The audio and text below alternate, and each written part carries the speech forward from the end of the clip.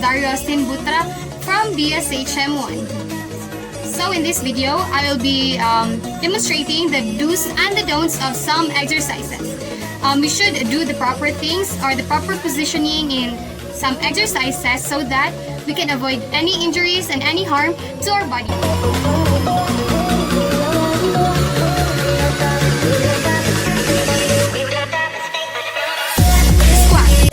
Why we should demonstrate the squat properly? Well, simply because to prevent injuries, especially on knee issues.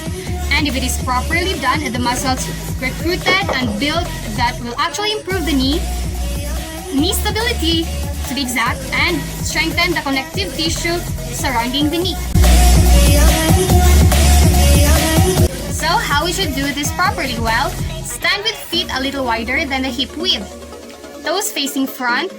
Then drive the hips back, bending at the knees and ankles and pressing your knees slightly. Remember to press your knees slightly. Sit into a squat position while still keeping the heels and toes on the ground. And chest up and shoulders back. Press into your heels and straighten leg to return to a standing upright position.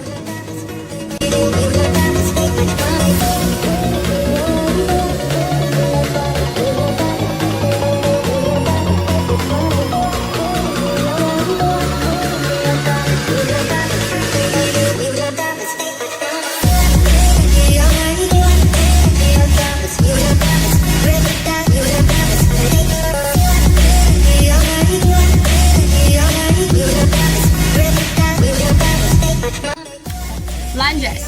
Why we should do this properly?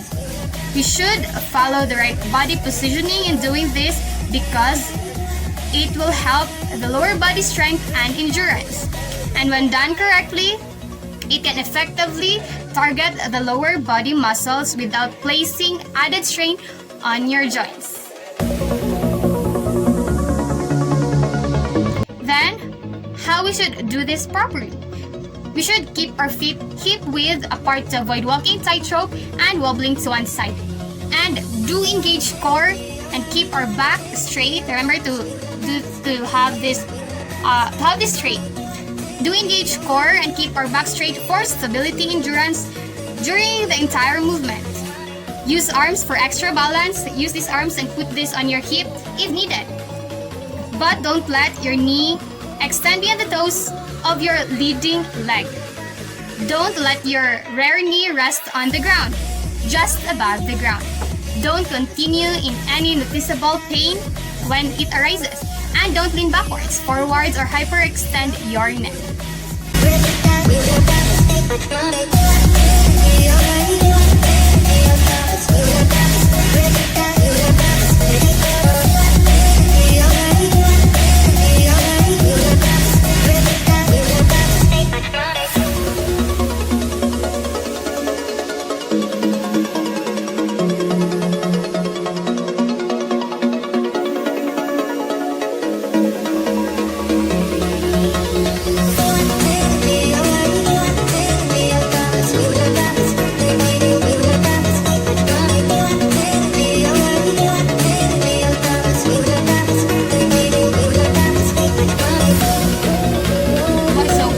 Do the proper demonstration of this exercise? Well, simply because in this exercise, it is important to do the right position of our body. We should not bend too much on our upper body because if it is not demonstrated well, our aim to be fit cannot be achieved. But if it is done well, it can stabilize the muscles for the hip joint. And how we should do it? How we should do it properly? So, to demonstrate the exercise in a right way, we should stand tall with our feet hip width apart, and then step out the side with the left leg, and bend the other knee and push your hip back, then repeat.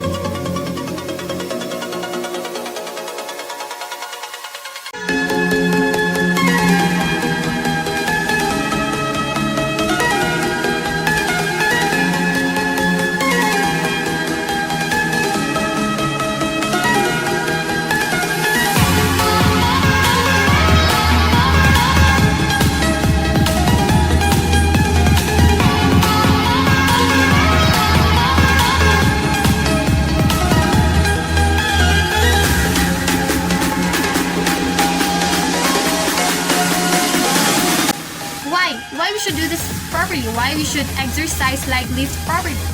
Well, it is indeed important to do this correctly so that it can target the right muscle groups throughout the body, including the lower and upper abs and lower back muscles.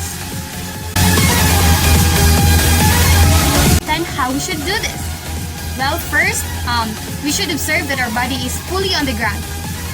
Observe that our body is on the ground. And then do not bend your back upward. Please do not do that. Do not bend your back upward. Make sure that your lower body, that your back is on the ground.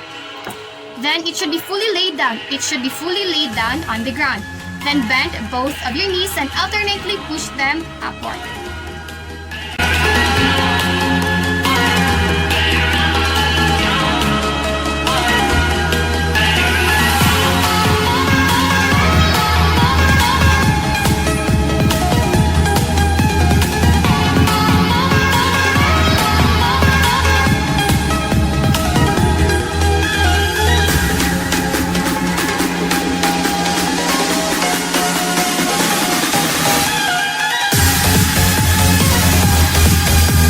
Why we should do the proper way of doing this exercise? Well, why we should do this in a right way so that our body can benefit from it properly, especially that it strengthens our spine area and abdominal muscles. And how? Well, keep our whole body in a line and breathe the whole time. We should as well keep our arms beneath our shoulders and stretch back to our heels and engage our core. And do not stick your booty in the air. Do not let your hips sag towards the ground. Do not arc your back like this. Do not arc this area. And do not spread your hands too far apart. And do not hold your breath. So just breath while doing the exercise. And remember to do this position always like what I have said. And do not arc the back area.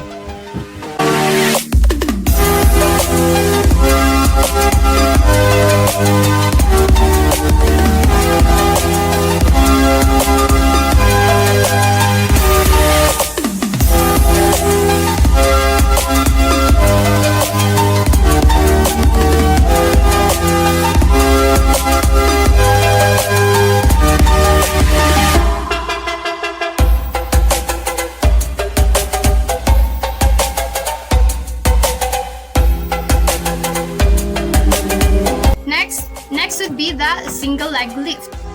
Why? Why we should do this properly? Well, doing this properly can strengthen muscles in quadriceps and hip flexors. And how we should do this in the right way? Well, rest your thigh all the way down to your heel, and this will serve as your body support before lifting up your other foot. And make sure that you are comfortable doing this. Then when you are ready in position, lift your other knee and make sure that you do not bend it so that you are moving the right muscles. Please do not bend your knee when doing this.